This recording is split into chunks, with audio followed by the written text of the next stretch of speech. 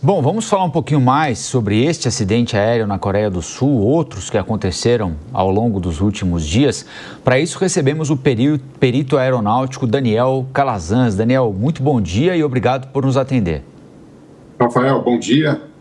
À disposição aí com as perguntas. Daniel, é claro, todos nós aqui temos de respeitar os processos. Uma investigação aérea é um processo super complexo e demorado também, né? Eu queria te ouvir sobre essa imagem muito atípica desse acidente na Coreia do Sul, né?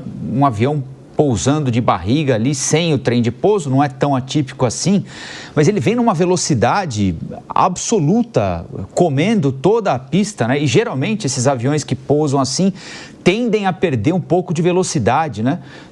O que é que pode ter acontecido, em hipóteses aí, claro, sem falar especificamente desse acidente, né? Mas o que é que pode acontecer para que uma aeronave pousando de barriga, sem o trem de pouso, continue nessa velocidade tão grande, percorrendo a pista em tão pouco tempo, como aconteceu nesse acidente aí, Daniel? Há de se analisar qual foi a causa, né, dessa aproximação. Percebe-se que a aproximação ela é bem acelerada. Em pouso por emergência, belly land, né, que é pouso de barriga, a aeronave deveria ter vindo com uma velocidade menor. Mas perguntamos se houve um bird strike, né, uma colisão com um pássaro. Precisa saber o que é que foi afetado na aeronave. Por exemplo, sistema hidráulico, sistema elétrico. Percebe-se no pouso que a aeronave, quando vem para pouso, ela tem dispositivo de desaceleração, flaps e outros. A gente percebe aí que os flaps não foram acionados. E nós perguntamos, por que não foi acionado? Será que houve problema no sistema hidráulico, no sistema elétrico, que impediu que esses dispositivos fossem acionados? Então, esta é uma boa pergunta, entendeu? Daniel, bom dia. Uma pergunta, se a gente for generalizar a causa das quedas de aviões, as mais recorrentes, qual é a principal causa das quedas? Olha, eu diria hoje, pontuar uma fica muito difícil, mas eu levaria em consideração vários fatores. Um deles é o treinamento dos pilotos, tá? Um deles é o treinamento do piloto.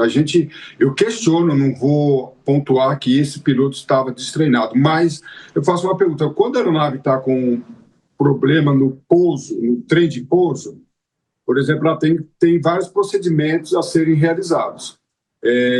Percebe-se também que a aeronave pousou com uma grande quantidade de combustível. Então, numa situação dessa de pouso de barriga, ele vai sobrevoar uma determinada área para queimar o combustível, ou se ele tiver dispositivo de alijamento, ele vai alijar esse combustível. Aí eu faço a pergunta, por que não houve esse procedimento? Será que ele não teve condições devido a outros problemas, né?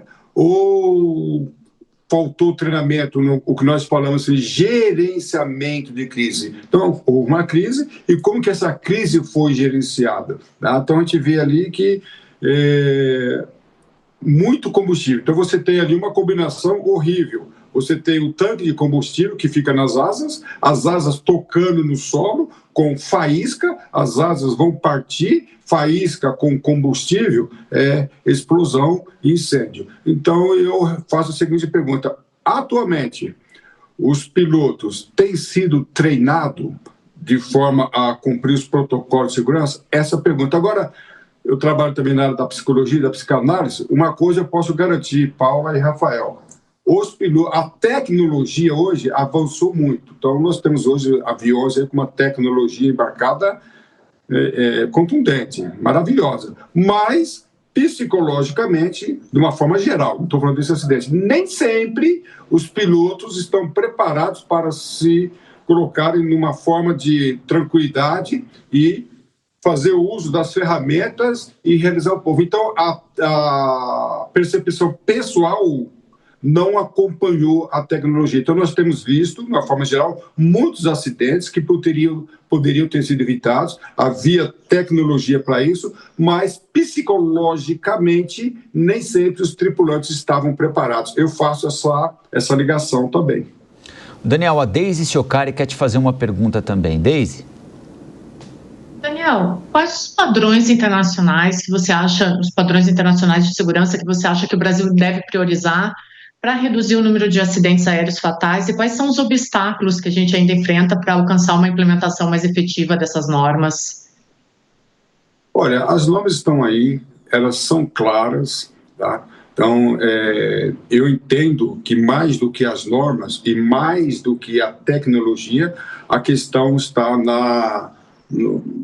no fator humano. Então, você vê aquele acidente onde houve ali em Canelas, onde houve a morte ali de 10 pessoas da mesma família. Analisando uma análise fria, mais técnica, a gente vê que aquele voo não poderia ter sido realizado. As condições climáticas eram totalmente desfavoráveis. Eu não sei qual foi a causa do acidente. Independente da causa do acidente, a gente viu que uma decisão pessoal que infringiu as normas. Então, nós temos normas, tá? Nós temos tecnologia e, repito, no meu ponto de vista, fazendo uma análise dentro da psicologia, da psicanálise, a questão pessoal, o fator humano, para mim, é o fator preponderante nos acidentes que estão acontecendo, não só no Brasil, no mundo todo.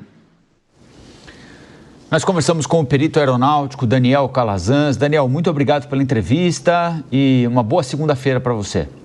Muito obrigado, sempre à disposição, um grande abraço e tudo de bom.